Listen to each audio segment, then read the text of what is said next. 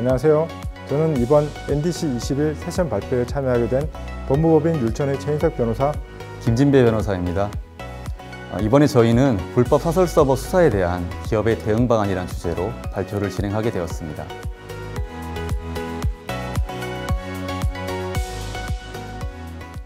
이 주제를 선정하게 된 것은 최근 형사사법 환경의 변화로 바뀐 경찰 수사 제도에 대하여 이해를 돕고 기업의 입장에서 경찰의 수사에 대응하는 데 있어 도움을 주기 위해서입니다. 오늘 저희 세션 발표 내용을 간단하게 말씀드리겠습니다. 먼저 제가 급변하는 수사 환경에 대하여 최근 변화된 형사사법 제도와 이러한 제도 변화로 인한 경찰의 수사 양상이 어떻게 달라지는지에 대하여 설명을 드리고 이어 김진배 변호사님이 불법 사설 서버가 무엇인지 어떻게 처벌되는지 불법 사설 서버의 수사 현황 그리고 기업의 대응 방안 및 앞으로의 해결 과제 순으로 설명을 드리도록 하겠습니다. 먼저 급변하는 수사 환경입니다. 형사소송법 주요 개정 내용을 개관해 드리도록 하겠습니다. 개정된 형사소송법에서 검사의 수사 지휘권이 폐지되었습니다. 과거 경찰은 모든 수사에 대하여 검사의 지휘를 받았지만 검사의 수사 지휘권이 폐지되어 경찰과 검찰은 명령과 복종의 관계가 아닌 상호 협력 관계로 설정되었습니다. 그리고 과거 경찰은 검사의 지휘를 전제로 수사권이 인정되었지만 이제는 경찰에게 독자적인 수사권이 부여되어 경찰은 검사와 동일한 수사의 주체로서 원칙적으로 모든 사건을 수사할 수 있고 수사의 개시, 진행, 종결까지 검사의 지휘 없이 독자적으로 수사권을 행사할 수 있습니다. 수사한 결과 범죄의 혐의가 인정되는 경우에만 사건을 검찰에 송치하게 되고 그렇지 않은 경우에는 검사의 지휘 없이 사건을 종결할 수도 있게 된 것입니다. 뿐만 아니라 과거에는 경찰이 검사에게 신청한 영장을 검사가 기각하더라도 경찰은 이에 대하여 불복할 수단이 없었지만 이제는 검사가 정당한 이유 없이 경찰이 신청한 영장을 청구하지 않는 경우 경찰은 관할 고등검찰청에 설치된 영장심의위원회에 영장 청구 여부에 대한 심의 신청을 할 수 있어 검사의 부당한 영장 청구권 남용을 방지할 수 있게 된 것입니다. 검사의 수사 지휘권이 폐지되었습니다. 과거 검사는 모든 수사에 관하여 경찰을 지휘했으나 이제는 경찰과 검찰은 모든 수사에 관하여 서로 협력해야 하는 협력관계가 되어 대등한 관계로 설정이 되었습니다. 이에 따라 경찰은 수사 시 원칙적으로 검사의 수사 지휘를 받지 않고 독자적으로 사건을 진행할 수 있습니다. 즉 수사 개시, 진행, 종결에 있어서 원칙적으로 독자적으로 진행할 수 있게 된 것입니다. 검찰은 사건을 접수한 경우 검사가 수사를 개시할 수 있는 범죄인 부패범죄 등 6대 범죄, 경찰 공무원 범죄, 검사가 수사 개시한 사건 및 송치 사건과 직접 관련성이 있는 범죄인 경우에 직접 수사를 하고 검사의 수사 개시 범위를 벗어난 사건이 검찰에 접수되거나 검사의 수사 개시 이후 수사 개시 범위에 해당되지 않는 경우에는 사건을 경찰청에 이송하여야 할 뿐이며 경찰의 수사 지휘를 하면서 사건에 관여할 수는 없습니다. 물론 검사와 사법경찰관은 수사와 사건의 송치, 송부 등에 관한 이견의 조정이나 협력 등이 필요한 경우 서로 협의를 요청할 수 있고 중요 사건의 협의와 관련해서 이견이 있거나 보안 수사 요구에 있어서 정당한 이유가 있는지에 관한 이견, 수사 경합 시 수사 주체에 관한 이견 등의 경우에는 상대방의 협의 요청에 반드시 응해야 합니다. 검사와 사법경찰관의 협의에도 불구하고 이견이 해소되지 않을 경우에는 해당 검사가 소속된 검찰청의 장과 해당 사법경찰관이 소속된 경찰관서의 장의 협의에 따르도록 되어 있습니다. 특히 의미가 있는 것이 경찰의 독자적인 수사 종결권입니다. 과거에는 경찰이 수사한 모든 사건을 검찰에 송치하여 판단을 받았지만 이제 경찰은 독자적으로 수사를 개시할 수 있을 뿐만 아니라 수사한 결과 혐의가 없다고 판단되면 검찰로 송치할 필요 없이 자체적으로 불송치 결정 등 종결 처분을 할 수 있게 되었습니다. 경찰은 수사한 결과 범죄 혐의가 있다고 판단할 경우에는 기존과 동일하게 검찰로 사건을 송치하게 됩니다. 하지만 경찰이 수사한 결과 범죄 혐의가 인정되지 않거나 혐의를 입증할 증거가 부족한 경우, 위법성 또는 책임이 없다고 판단하는 경우, 소추 요건이 존재하지 않는 경우, 기소할 수 없음이 명백하여 수사 진행의 필요성이 없는 경우에는 검찰로 사건을 송치하지 않고 불송치 결정을 할 수 있습니다.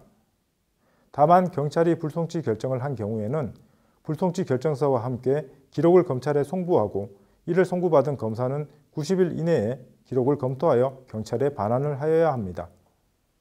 또한 피의자 또는 참고인이 소재불명인 경우에는 사건을 검찰로 송치하지 않고 수사 중지 결정도 가능합니다.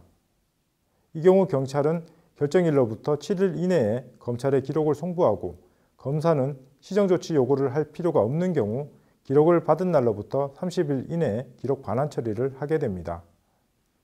또한 기존에는 영장 청구권을 가진 검사가 영장을 청구하지 않으면 경찰이 강제 수사가 제한되었는데 법 개정으로 검사 영장 불청구, 즉 영장 기각에 대하여 경찰의 불복 절차가 마련되었습니다. 검사가 정당한 이유 없이 영장을 청구하지 않는 경우 경찰은 고등검찰청에 설치된 영장심의위원회에 심의 신청을 할 수 있습니다. 외부 위원으로 구성된 심의위원회에서 영장 청구 여부에 대한 심의를 하게 되는 것인데 심의위원회는 위원장 1명을 포함하여 10명의 위원으로 구성이 되어 있습니다. 경찰은 검사가 보안 수사 요구 없이 영장을 청구하지 않기로 결정서를 송부한 경우 경찰이 영장을 신청한 날로부터 5일이 지나도록 영장 청구 여부를 결정하지 않는 경우 경찰이 동일한 내용의 영장에 대하여 2회 이상 보안 수사 요구를 받아 이행한 후에 영장을 재신청하였음에도 추가로 보안 수사 요구를 하는 경우에 영장 심의 신청을 할 수 있습니다.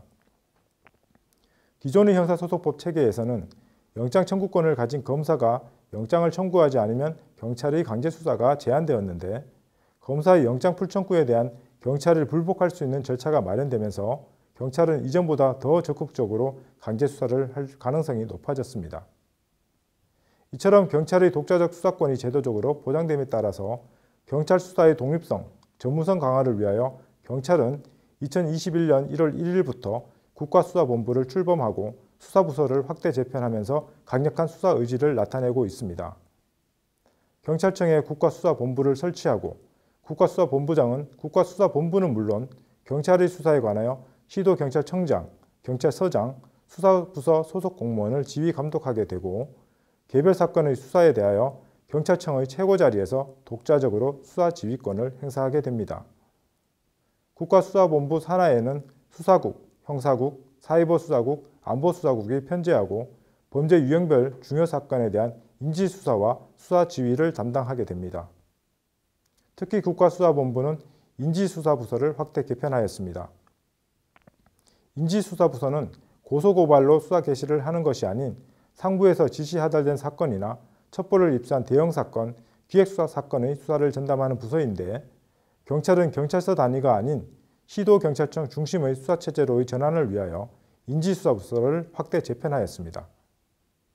서울특별시 경찰청의 경우 기존 직접 수사부서인 지능범죄수사대, 광역수사대를 총경을 대장으로 한 반부패 공공범죄수사대, 금융범죄수사대, 강력범죄수사대, 마약범죄수사대로 확대 개편을 하고 수사 인력을 증원하였습니다. 다른 시도경찰청도 반부패 경제범죄수사대 등 기존 인지수사부서를 총경을 대장으로 하는 직접수사부서로 직급을 상향하고 인원도 확대하였습니다. 이 도표는 경찰청의 국가수사본부 직제표인데요. 국가수사본부는 경찰청장 산하에 있지만 경찰청장은 개별 사건에 관하여 구체적으로 지휘 감독할 수 없음이 원칙이고 긴급 중요한 사건 수사 등 경찰 자원을 대규모로 동원하는 등 통합적인 대응이 필요한 상황에서 예외적으로 국가수사본부장을 통하여 개별 사건의 지휘 감독이 가능합니다. 이 표는 서울특별시 경찰청의 직제표인데요. 서울경찰청의 경우에도 수사차장 산하에 수사부서가 편재하여 있습니다. 특히 시도경찰청 중심의 수사체제로의 전환을 위하여 주요 사건 수사를 담당하던 기존의 지능범죄수사대와 광역수사대를 해체하고 총경을 대장으로 하는 마약범죄수사대, 강력범죄수사대, 금융범죄수사대, 반부패 공공범죄수사대를 신설하였습니다. 특히 경찰은 기존 검찰의 전유물로 여겨지던 기업금융범죄 수사를 강화하기 위하여 금융범죄수사대를 신설하여 불공정 거래 행위와 같은 자본시장법 위반 범죄, 조세포탈 범죄에 대하여도 본격적인 수사를 준비하고 있습니다. 이 표는 국가수사본부 산하의 사이버수사 조직 직제표인데요. 국가수사본부 내에 사이버수사국이 편재하고 있습니다. 사이버수사기획관은 사이버수사에 관한 정책을 담당하는 부서이고 사이버범죄수사과는 직접 수사를 하는 부서입니다. 디지털 포렌식 센터는 사이버범죄수사과 및 전국의 수사부서에서 의뢰하는 포렌식 등을 진행하여 수사부서를 지원하는 부서입니다. 사이버범죄수사과 내에는 사이버 성폭력팀, 피싱 메일 수사팀, 가상통화, 다크웹, 클라우드, 랜섬웨어 수사팀 등과 같은 다양한 전문팀이 편제되어 있습니다. 이 표는 서울특별시 경찰청 산하의 사이버 수사 조직 직책표입니다. 수사차장 산하에 사이버 수사과가 편제하고 있고 사이버 수사과 내에 사이버 수사대와 디지털 포렌식계가 편제하고 있습니다. 경찰은 수사 종결권 확보와 국가수사본부 출범으로 인한 경찰의 수사 역량을 보여주기 위한 적극적이고 강도 높은 인지수사를 진행할 것으로 예상됩니다. 국가수사본부 출범 이후 시도경찰청의 직접수사부서를 재편하고 인력도 확충하였기 때문에 조직 개편에 따른 대외적인 성과도 필요한 시점입니다. 기존 경찰이 사설서버 수사에 소극적이었던 것은 다른 수사보다 중요성이 덜하다고 판단된 측면이 있습니다.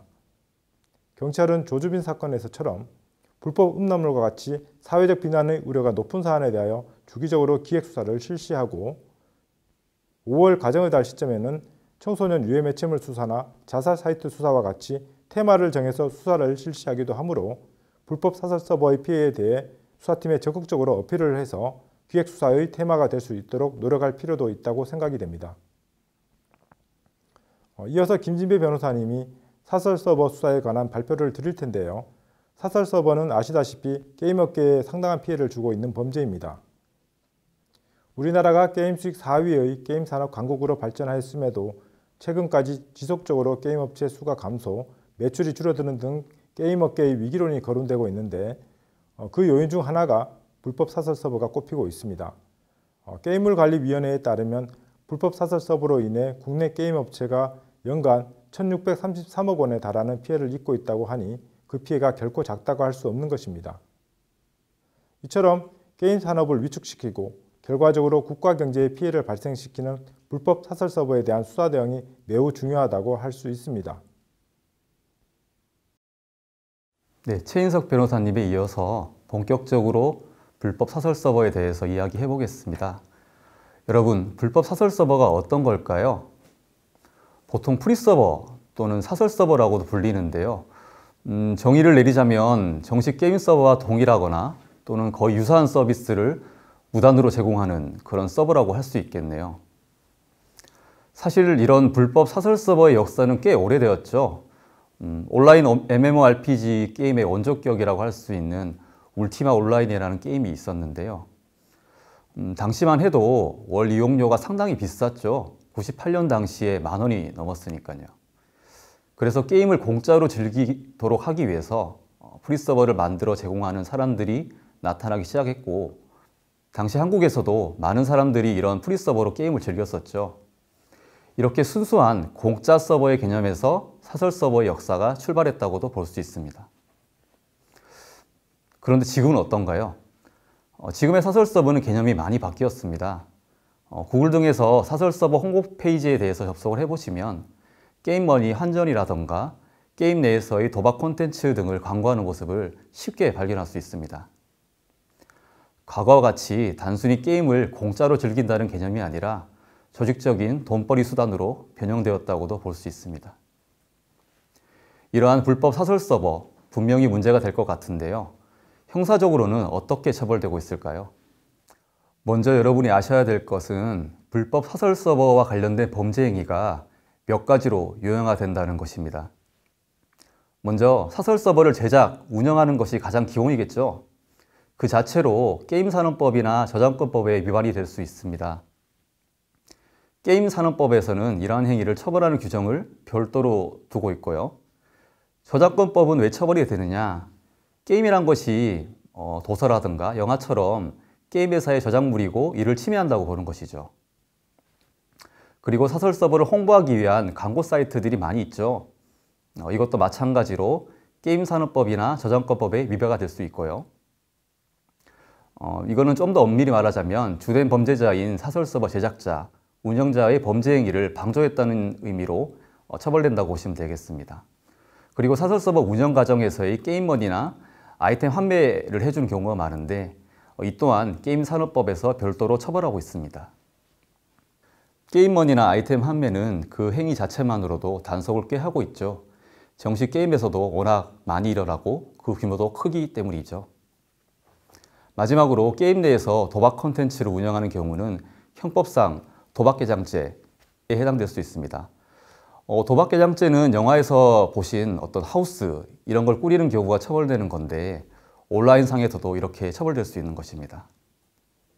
이처럼 사설 서버와 관련된 범죄는 크게 네 가지로 구분될 수 있고 각각이 처벌될 수 있다는 것 알아두시면 좋겠습니다.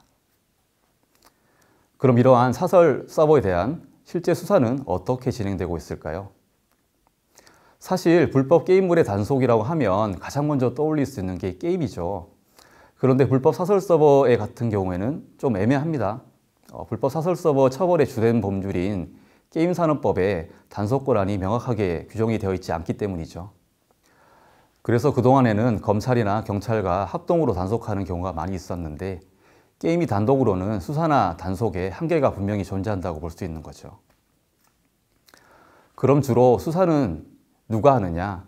최근에 사설 서버 수사에 관한 기사를 한번 검색을 해보시면 경찰에서 단속한 내용밖에 잘 안 나올 거예요. 그만큼 경찰에서 주도적으로 수사를 하고 있다는 것인데요. 거기에다가 서두에서 최인석 변호사님이 잘 설명을 해주셨는데 수사권 조정이 되면서 검찰에서는 아예 불법 사설 서버에 대한 수사 자체가 원칙적으로 힘들어졌다고 볼 수도 있습니다. 그래서 앞으로는 더욱더 불법 사설 서버 수사는 경찰에 집중될 수밖에 없는 환경이 되었다고 볼 수 있습니다.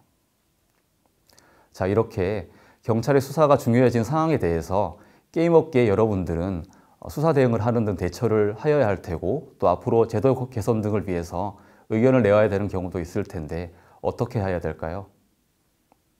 통상 게임 회사 차원에서 불법 사설 서버 근절을 위해서 경찰에 수사 의뢰를 하시는 경우가 많으신데요.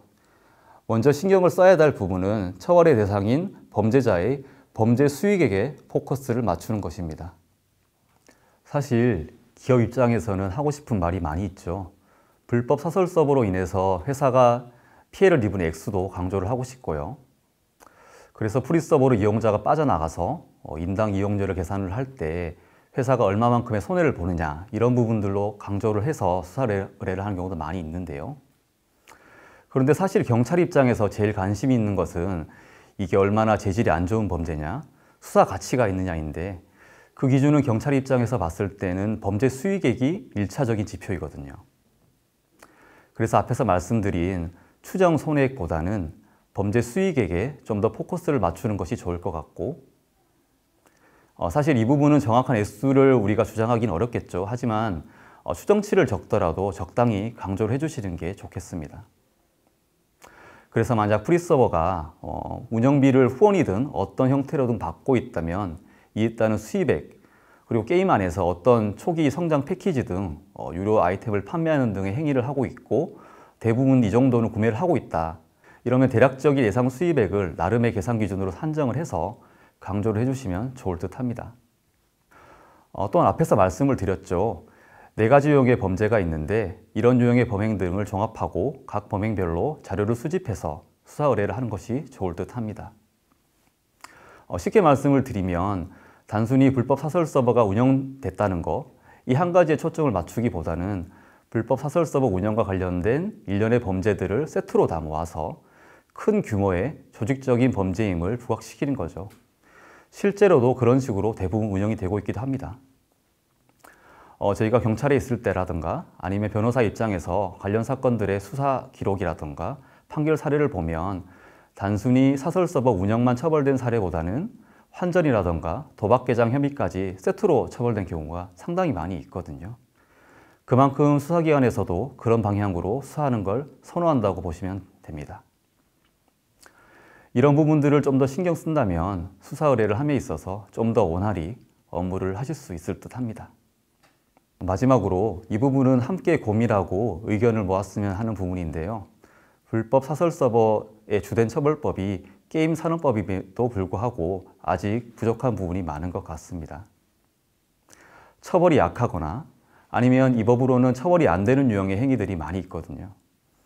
그래서 첫 번째로 진짜 사설 서버 운영을 업으로 하는 업자들이 있는데 이런 사람들은 좀 더 가중처벌하는 조항을 만들 필요가 있고 두 번째로 게임산업법의 처벌 근거가 미약해서 다른 법을 끌어다 쓸 수밖에 없는 유형의 행위들이 있는데 예를 들어 사설 서버를 운영을 하려면 프로그램이 있어야 되는데 어떻게 취득하겠습니까? 해킹을 하거나 아니면 내부 협조자가 있을 수도 있고 뭐 리버스 엔지니어링 등을 하는 경우도 있겠죠.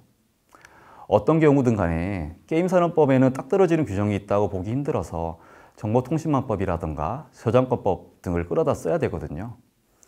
이런 행위에 대한 처벌 규정도 마련될 필요가 있어 보입니다. 그리고 앞에서 게임위의 단속 권한이 애매하다고 말씀드린 부분도 명시적으로 단속 권한이 부여될 필요가 있겠죠. 이 부분들은 향후에 게임업계 발전을 위해서라도 한번 개선 여지가 있다, 이렇게 고려하시고 봐주셨으면 좋겠습니다. 지금까지 경찰 수사권 조정과 불법 사설 서버에 대한 내용을 전반적으로 설명해 드렸습니다. 경청해 주셔서 감사드리고 다음에 더 좋은 내용으로 만나 뵙으면 합니다. 감사드립니다. 감사합니다.